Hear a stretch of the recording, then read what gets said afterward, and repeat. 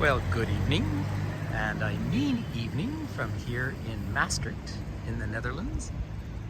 This is the most southerly community in the Netherlands, and it's wedged historically, very strategically, between Belgium slightly to the west and Germany to the east.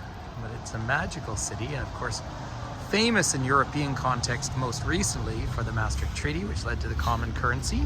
There goes a local Maastricht bus coming by.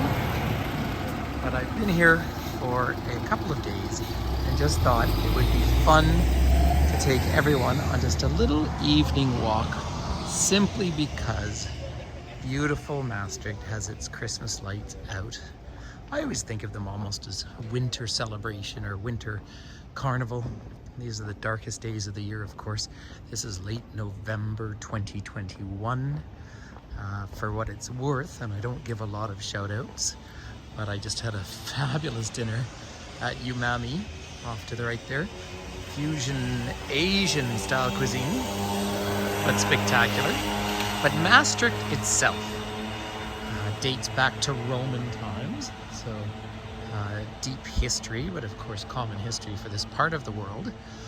But ever since the European Union and the Maastricht Treaty came into being in a meaningful way, leading to the Schengen Treaty, of course borders have been pulled down. So Maastricht, with somewhere around 270,000 people, is part of a broader economic area of about 3.9 million and spreading across 3 languages. They speak Dutch here, of course, and then Flemish, which is really a Dutch version just off on the Belgian side, but just to the south is Liège, and French-speaking Belgium. And then, of course, just to the east is Germany and Aachen. And Aachen is the most westerly community in all of Germany. So it puts it in a little bit of perspective. Now, this city genuinely has 2,000 years of history. Of course, it has changed enormously over the centuries. Was predominantly, and remains so, I suppose, predominantly Catholic.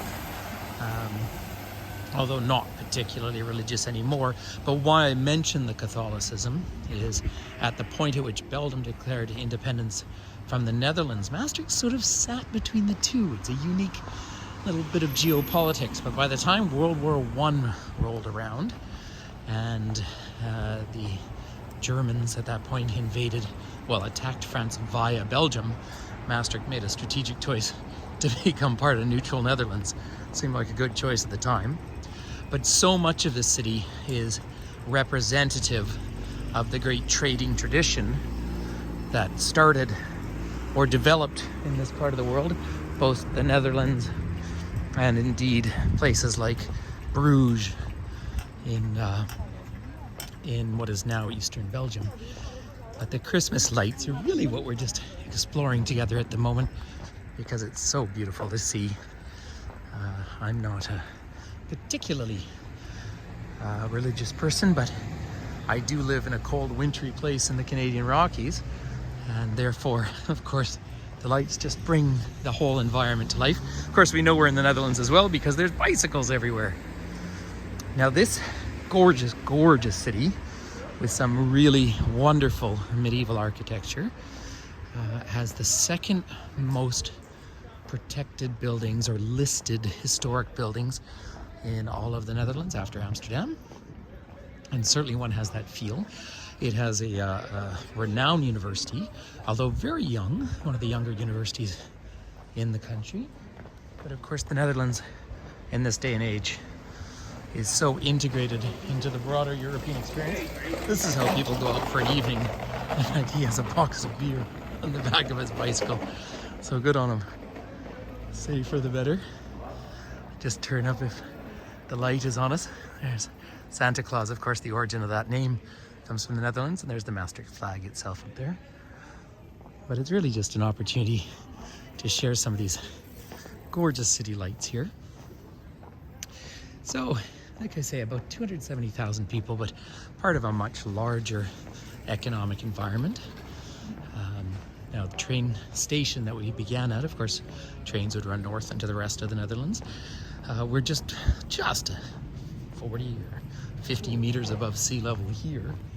However, we're not very far away from the highest point in the entire Low Country, as they call the Netherlands in French, for example, Pays-Bas. And so it's interesting to have a bit of altitude here. But I do want to just make my way up and see if we have any beautiful reflections out on the river Maas, or the Meuse. Now the Meuse starts in France. It flows north up through Belgium and in through what literally defines the city itself, Maastricht. To ford the river Meuse would be the river Maas would be the origin of the name, although of course that's changed over the centuries, and eventually empties out into the North Sea, building or contributing to the whole delta of the mighty Rhine river system. So it's an important but lazy river. Now, some people might remember in spring of 2021 there was some serious flooding in eastern Belgium. Well, that was part of this river as well. So, reality in countries like this, say a third of the Netherlands is technically below sea level. So it's really rather remarkable. It's also extremely safe and friendly in that sort of efficient way, I would like to say. It's and there's really nothing pejorative about that whatsoever. Just a little bit of a different style of interaction. Very, very multilingual, and I suppose that makes sense when there's 3 distinct languages well within 60 or 70 kilometers. And then, of course, a major trading center anyway, and a very, very fundamentally European city in its own way now, as borders have disappeared. I just want to come across, though. There's the Church of St. Martin, which I know very little about, but I was reading in front of it. There was a tombstone, very faded with time, but it was written in French, and about I expect the person who first ran that diocese or commissioned it, but it shows that this was under French language rule for a period of time as well. So the Dutch are all out for their evening activities, so out on their bicycles. But it's lovely to hear people laughing and enjoying themselves. Now we're heading up to the river. We have to go back and see the Star of Maastricht itself. So I'm always watching for bicycles. I don't know if they officially have right of way, but you certainly act that way here. Oh yes, it's beautiful out tonight. So it's a treat to show this to everyone. It's a treat to be back in Europe. Of course, I haven't been for, well, I guided tours here for years, and the world's changed the last little while, as of course we all know. And so starting to travel once again. Here's the beautiful star representing Maastricht itself. And the mighty Meuse River, which is, well, another one of the great thoroughfares dating back to the very early days of Europe.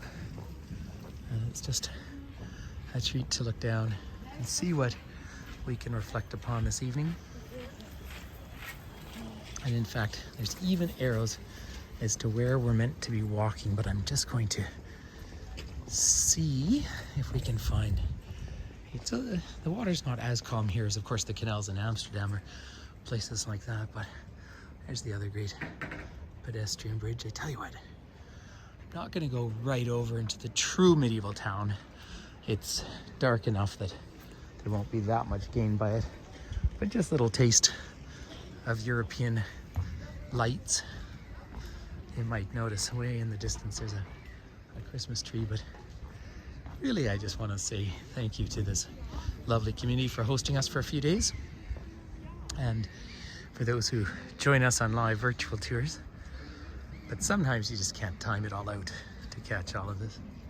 So there we are, ladies and gentlemen, just a little teaser. Obviously a city like this is worth at least 3 or 4 days from pure tourism, and it's one of the most livable cities in Europe, and of course very successful. You hear the Dutch language behind me. There's some of the spires of the old churches. So thank you for coming on an evening walk with me in the city of Maastricht. in southern Netherlands, northwestern Europe, and in some ways, well, one of the many hearts that beat in modern Europe. So enjoy your holiday season, everyone. And when summer arrives again and there's ridiculous heat wherever you are in the world, reach back to this video and enjoy these lights. And of course, think of my home in the Rockies, all snowy and cold. So please do connect and do make your way to a live virtual tour at some point. I will put the link in the description. Have a good evening. Happy Christmas lights from Europe.